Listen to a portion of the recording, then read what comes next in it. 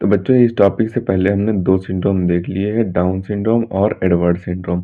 तो उनके बारे में अगर आपको नहीं पता तो जाकर देख सकते हैं। आज हम पटाउ सिंड्रोम देखने वाले हैं। ये सिंड्रोम आपके क्लास 12 बायोलॉजी के वंशागत तथा विविधता के सिद्धांत वाले चैप्टर से लिया गया है। इसकी इंग्लिश होती है पटाउ सिंड्रोम।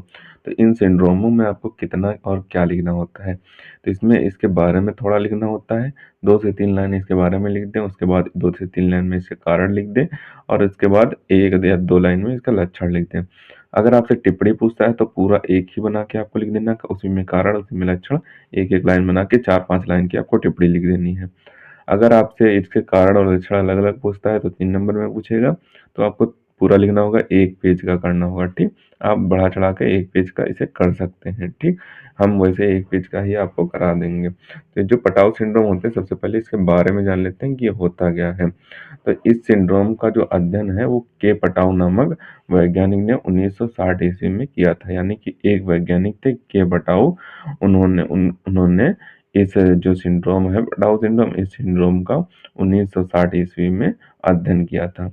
इस सिंड्रोम में प्रत्येक 20,000 शिशुओं में एक पटाउ सिंड्रोम से ग्रस्त होता है। यानी कि प्रत्येक 20,000 शिशुओं में एक इस सिंड्रोम से ग्रसित शिशु होता है, ठीक? तो ये पटाउ सिंड्रोम के बारे में हो जाएगा। आप 2 से 3 लाइन लिख सकते हैं। उसके बाद इसके कारण लिख देते हैं कि कारण किस कारणों से ये सिंड्रोम आप में होता है, शिशुओं में होता है।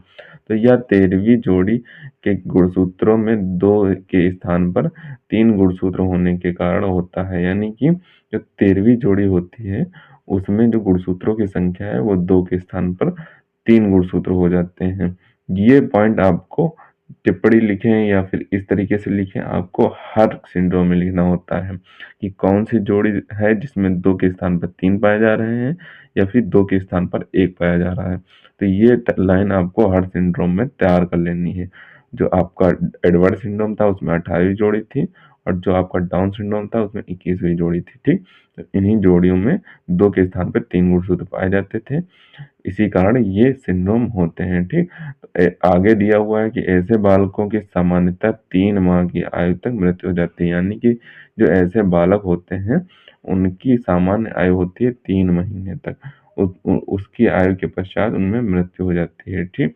अब इसके ये कारण हो गया। अब इसका लक्षण देख लेते हैं कि कौन-कौन से लक्षण से पहचानेंगे कि इसमें ये सिंड्रोम हो गया है।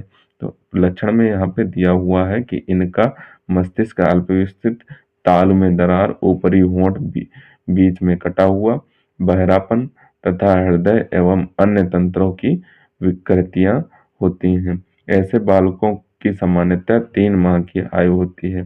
कहने का तात्पर्य यह है कि इनका जो मस्तिष्क होता है वो अल्प विकसित होता है। ये लगभग सभी सिंड्रोम में आ रहा है, तो ये आप सभी सिंड्रोम में कर सकते हैं। तो इनका मस्तिष्क अल्प विकसित होता है। तालु यानी कि जो जीभ के नीचे जीभ होती है उसके तालु में दरार होती है। ऊपरी होंठ बीच से कटा हुआ होता है। यानी कि जो ऊपरी होंठ होता है वो बीच से कटा हुआ होता है। बहरापन होता है। हृदय एवं अन्य तंत्रों की विकृतियां होती हैं। यानी कि हृदय रोग होते हैं और कई सारे तंत्रों में रोग होते हैं। ऐसे बालकों की सामान्यतः 3 माह की आयु होती है। यानी कि वो बचपन में ही मृत हो जाते हैं। उनकी ज़्यादा उम्र नहीं होती जो इस सिंड्रोम से ग्रसित उत्पन्न होते हैं, ठीक? तो ये सिंड्रोम आपका हो जाएगा पटाउ सिंड्रोम।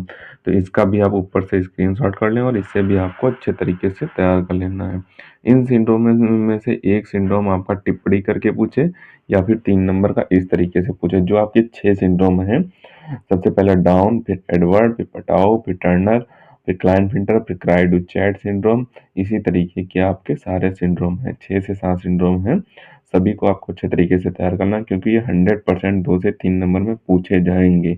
इनमें से 1 या 2 जरूर पूछे जाते हैं, ठीक? इनको आपको तैयार करके ही जाना है बायोलॉजी के एग्जाम में, ठीक? तो इतने पार्ट का स्क्रीनशॉट करें, उसके बाद अगले पार्ट का आपको स्क्रीनशॉट दे देते हैं। अब आप यहाँ पे अगले पार्ट का यहाँ पे स्क्रीनशॉट कर लें।